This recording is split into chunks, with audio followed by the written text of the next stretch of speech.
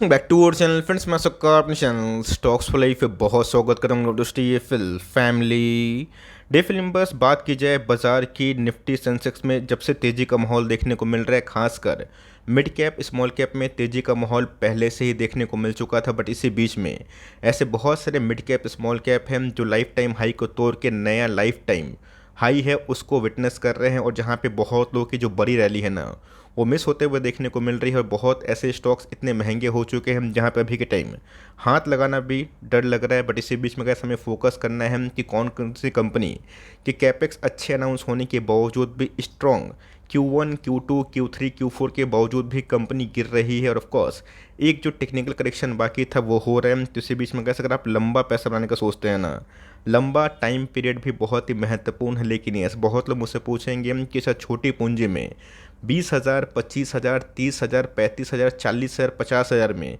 क्या 20 साल में बड़ा कॉर्पस बन सकता है? तो जी गैस, एक कंपनी ऐसी भी है जिसने लॉन्ग टर्म में अच्छे वेल्थ बनाए हैं, और मेरा ऐसा मानना है कि फॉरवर्ड गोइंग 20 साल में कंपनी अच्छा कर सकती है।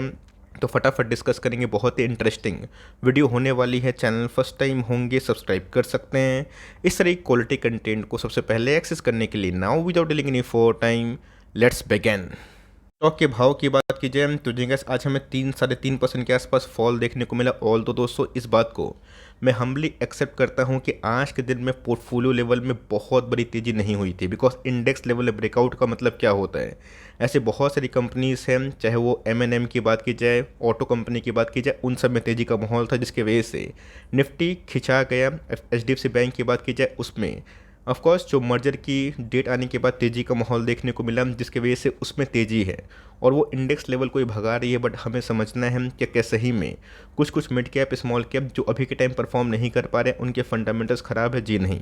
कंपनीज़ का फंडामेंटल्स अच्छे होने के बावजूद भी कभी कभी ऐसा होता है कि वो सब कंपनी शॉर्ट टर्म में अच्छा परफॉर्म नहीं कर पाती है। तो जी आज हमें 3.5% के आसपास इस काउंटर में फॉल देखने को ज़रूर मिला है। बात YTD की, तो जी आपको याद होगा कि मार्च के महीने में क्या हुआ था कि इस कंपनी में भी जोरदार गिरावट देखने को मिली थी, और उसके बाद सडन एकदम रिकवरी हमें देखने को मिली 650 के आसपास जाने की कंपनी ने कोशिश की। बट उसके बाद क्या हुआ, अचानक से हमें एक फॉलिंग कंडीशन देखने को मिल रही है। YTD की बात की जाए तो शुरुआती 6 महीने में गैस इस कंपनी में 15-17% के आसपास करेक्शन हो चुकी है। अगर आप देखें तो एक साल में गैस इस करेक्शन के बावजूद भी जो पॉजिटिव पैसे बनते हुए देखने को मिल रहे हैं, एक साल में भी गैस कंपनी एक कंपाउंडिंग मशीन है। बट मैंने क्या बताया कि अगर टेक्निकली कोई स्टॉक फॉल हो रहा है ना, हम लोग उसको इग्नोर नहीं कर सकते। आज गैस वैसे ही हमें देखने को मिला, और जब जब ऐसा सपोर्ट हमें दिखाई पड़ता है मैं वीडियो बनाता हूँ, बिकॉज इन सब सपोर्ट में अगर आप एवरेजिंग करते हैं, थोड़ा बहुत ऐड करते हैं, 5 स्टॉक 10 स्टॉक, तो ऑफकोर्स आपकी एवरेजिंग भी हो जाती है, और बड़ी फॉल से आपको बिल्कुल ही पेन नहीं होती। बात 5 ईयर्स की, तो 5 ईयर्स में गैस इस काउंटर ने बहुत पैसे बनाए, 1 लाख को 7,62,000 इंस्पाइट कि ये पूरे साल भर में शुरुआती 6 महीने में कंपनी का परफॉर्मेंस सही नहीं है। तो एक मोस्ट एंटिसिपेटेड करेक्शन था वो हमें देखने को मिल रहा है, और इसी बीच में कंपनी ने ना पिछले कुछ समय से अच्छा ही परफॉर्म किया था। बट यस, इस करेक्शन में कितना दम है, कहाँ तक गिर सकता है। स्टॉक के काउंटर की बात की जाए, नाम क्या है, चलिए इसको डिस्कस करना ज़रूरी है। की बात की जाए तो बहुत ही बड़ा मल्टीबैगर है, स्मॉल कैप काउंटर से 51,000% के आसपास पैसे बनते हुए देखने को मिल रहे हैं।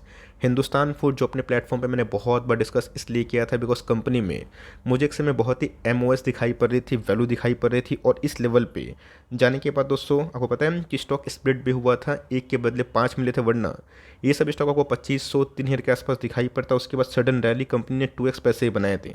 आज गिर रहे हैं तो कोई दिक्कत वाली बात नहीं, हमें समझना है कि कंपनी के जो ऑनगोइंग कैपेक्स है और जो ऑनगोइंग ग्राउंड पे प्लान है सही है या फिर नहीं। अपनी गैस अगर आप देखें तो एक स्मॉल कैप काउंटर है, तो रिस्की होगी तो रिवॉर्डिंग भी होगी। लेकिन यस, अगर आपका हॉरिजन 10 साल 15 साल 20 साल का है ना, कोई दिक्कत वाली बात नहीं है। ऐसा नहीं कि 100 स्टॉक 50 स्टॉक एक बार में खरीदना है, आप 5-5 स्टॉक ना वीकली SIP कर सकते हैं। रही बात मार्केट कैप की, तो 5800 करोड़ के आसपास की मार्केट कैप है।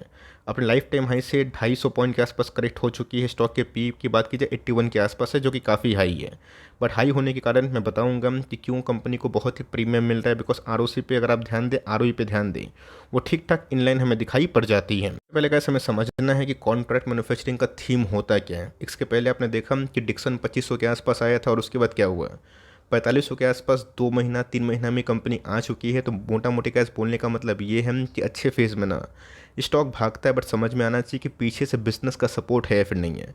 नहीं रहेगा तो टेंशन वाली बात होती है, बट होता है तो कोई टेंशन वाली बात नहीं है। तो कंपनी के प्रेजेंस की बात की जाए, एफएमसीजी प्रोडक्ट्स की बात की जाए, food, home care, personal care, beverages, इन सब में क्या करती है कंपनी? कॉन्ट्रैक्ट मैन्युफैक्चरिंग जो थीम है उसको कंडक्ट करती है। मतलब कोई बड़े एफएमसीजी कंपनी आ गए, कोई भी बड़े पर्सनल केयर कंपनी आ गई, कोई भी ग्लोबल बेवरेज कंपनी आ गई, इनको ऑर्डर्स देती हैं और छोटा सा मार्जिन में कहे जो उनके डिमांड होते हैं ना, ये कंपनी उसको फुलफिल ज़रूर करती है। को अच्छे से पता है, मैंने कहा बहुत बार हिंदुस्तान फूड के जो कैपेक्स है उस सब को बहुत बार डीपली कवर किया था कि कैसे कंपनी की मैनेजमेंट क्या बोल रहे हैं, क्या आने वाले FY25 में इनके टारगेट्स हो सकते हैं। शॉर्ट टर्म गाइस में टारगेट्स के बारे में और शॉर्ट टर्म बिजनेस मॉडल के बारे में मैं बहुत ही कम डिस्कस करता हूँ, बिकॉज मुझे वो खुद पसंद नहीं है। असली पैसा तुम 5 साल 10 साल बनते हैं, रिलाइजेशन दोस्तों थोड़ा बाद में होता है। तो 125 करोड़ के आसपास सबको अच्छे से पता है कि आइसक्रीम फैसिलिटी ना उत्तर प्रदेश में कंपनी ने गठन कर दिया था। 10 करोड़ के आसपास शू फैक्ट्री तमिलनाडु जैसे अच्छे स्टेट में हमें देखने को मिल रहे हैं। रही बात दोस्तों मुंबई के साथ भी जो अदर जगह है जहाँ पे पर्सनल केयर की बात की जाए, होम केयर की बात की जाए, इन समय पे इस कंपनी का जो कैपेक्स है वो हमें देखने को मिल रहा है। तो मोटा मोटी अगर आप देखें ना, कंपनी 300-400 करोड़ के आसपास कैपेक्स करके बैठी है और इसका जो आउटकम है ना वो Q2 तक हमें विजिबल देखने को मिलेगा। Q1 में कैसे मैं बहुत बड़ा आउटकम का वेट नहीं कर रहा हूँ, लेकिन यस ये सब दोस्तों जो कंपनी कैपेक्स करती है और कंपनी का प्रोडक्शन एक बार जब चालू होता है ना उसको ठीक ठाक होने में थोड़ा समय की आवश्यकता होती है। तो Q1 और प्लस Q2 ये बहुत डिसाइडिंग फैक्टर होंगे, बट Q1 के नंबर्स के पहले अगर थोड़ा भी 19-20 हुआ और कंपनी हमें खरीदने का मौका दे रही है तो कौन कौन से लेवल से बाई करना है इसको समझना बहुत ही महत्वपूर्ण है।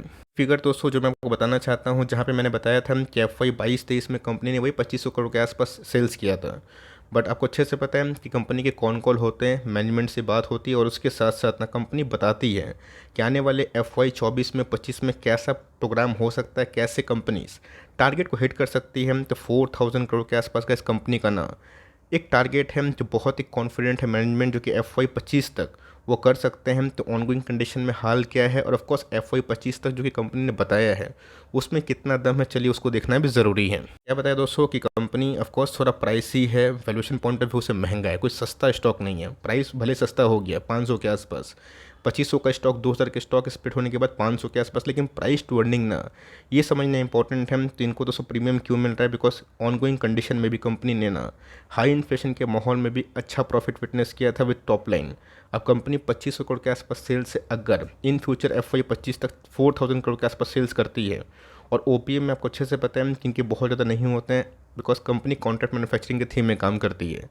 तो लेकिन इस बार का सॉफ्टनिंग इन्फ्लेशन से इनको मार्जिन्स में बूस्ट होने का एक हेल्प मिल सकता है। लेकिन यस कंपनी कॉन्टिन्यूसली बेसिस में अच्छा खासा प्रॉफिट कर रही है और जिसका फल ये होगा कि आने वाले कुछ सालों में कंपनी को अच्छा खासा जो टॉप लाइन के संग जो बॉटम लाइन ग्रोथ है ना वो हमें दिखाई दे सकता है। इसी के साथ दोस्तों मैं थोड़ा सा ज़्यादा इसको प्रेशर करता हूँ, फोर्स करता हूँ, बिकॉज आपको समझना इंपॉर्टेंट है कि कंपनी के 3 साल 5 साल जो सेल्स ग्रोथ हैं वो कैसे देखने को मिल रहे हैं, कंपनी के कंपाउंडिंग प्रॉफिट ग्रोथ कैसे हैं, स्टॉक प्राइस में CGR कैसा राइज हुआ है। तो अगर आप देखें तो हर साल का इस कंपनी का ट्रैक रिकॉर्ड ना वही हाफ सेंचुरी के आसपास है। 10 ईयर्स की बात कीजिए 56%, माई गुडनेस बहुत बड़ा अमाउंट है दोस्तों, ये बहुत बड़ा फिगर होता है। रही बात कंपनी के ROE, लास्ट ईयर में काफ़ी इंप्रूव्ड हुई है और मेरा ऐसा मानना है कि ऑनगोइंग कंडीशन में कंपनी ने जब बहुत ही हाई इन्फ्लेशन के माहौल को विटनेस किया बहुत ही अच्छे तरीके से ना, तो आने वाले कल में भी उसको अच्छा कर सकती है। बहुत बड़ा कैच है दोस्तों इधर पे ये है कि कंपनी के ऊपर ना अच्छा खासा बोरोइंग्स है और टाइम के संग बढ़ रहे हैं।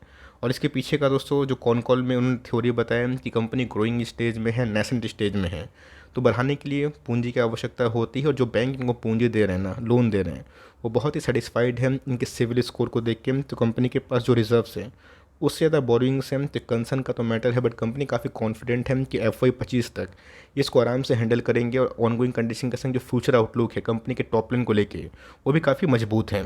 प्रोमोटर होल्डिंग की 64.85% के आसपास प्रोमोटर की होल्डिंग है, 6.5% के आसपास FIS, और DS की बात की जाए 6.5% के आसपास उनके पास स्टेक है। रही बात पब्लिक होल्डिंग की, वो 21% के आसपास है, जिसमें 22.5% के आसपास थी। और इसी बार ना दोस्तों मुझे याद है कि लास्ट ईयर की बात की जाए तो कंपनी के अंदर स्प्लिट एग्जीक्यूशन हुआ था और उसके पहले जो प्रोमोटर्स है अपने स्टेक को थोड़ा सा बढ़ा लिया था। करना क्या है और कितने पैसे लगाने से कितने पैसे बनने की क्षमता है, तो देखिए आज इसने ना 200 का मूविंग एवरेज ध्वस्त कर दिया है। तो 500 के आसपास साइकोलॉजिकल सपोर्ट मिल सकता है, फॉलोड बाई 480, उसके बाद 460।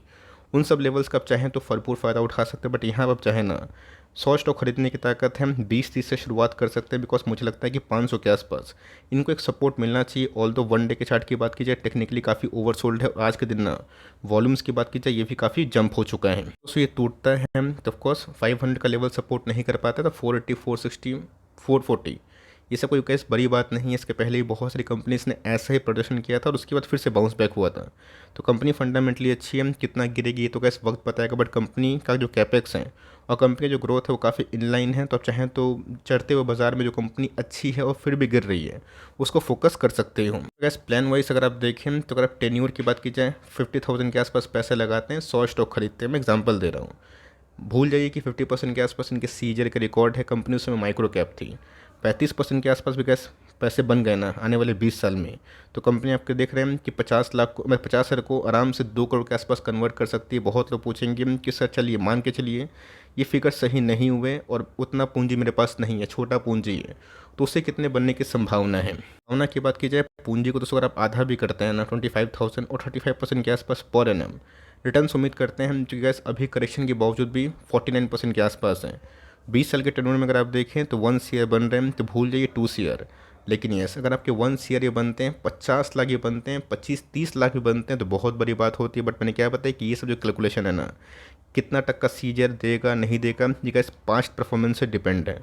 अब कंपनी अच्छी हो गई, जो कि कंपनी अच्छी है और कैपेक्स के साथ कंपनी ग्रो करती रही ना, कंपनी अच्छा परफॉर्मेंस कर सकती। किसको पता था कि VBL एक समय 16,000 करोड़ के आसपास की मार्केट कैप थी, 15,000 करोड़ के आसपास की मार्केट कैप थी, आज देखिए 1 लाख को छू चुकी है। पॉली कैप की बात कीजिए 800 का शेयर 3500 हो चुका है ना, मतलब मार्केट कैप में 5 गुना इजाफा ऑलमोस्ट वो देखने को मिल रहा है। तो मोटा मोटी का कोई फ्यूचर देख के आया नहीं, लेकिन ये हम लोग एसम्पशन पे और जो कंपनी के प्रदर्शन है उस पर बिलीव करते हैं सब कुछ सही रहेगा, तो रेस्ट की चिंता वो करने की आवश्यकता नहीं है। प्राइस गिर रहा है, इंटरनल का कोई बड़ी इशू नहीं है। ऑल दो बहुत सारे FMCG के तो बिजनेस और भी अच्छा ग्रो करेंगे वॉल्यूम राइज से, बट यस कॉन्ट्रैक्ट मैन्युफैक्चरिंग वाली कंपनी है तो मार्जिन्स में कैसा प्रदर्शन करती है ये तो कैसे नंबर्स खोलने के बाद समझ में आएगा। बट कंपनी अच्छी है, आप चाहे तो गिरावट में इस कंपनी को उठाने का प्लान कर सकते हैं। वीडियो अच्छी लगी तो इन्फॉर्मेटिव लगी तो प्लीज़ लाइक करिएगा, चैनल फर्स्ट टाइम होंगे सब्सक्राइब करके बेल आइकन को प्रेस करना भी ना भूलिएगा। तो कैसे मिलते हैं जल्दी ही, तब तक के लिए bye. Thanks for watching friends, God bless you all.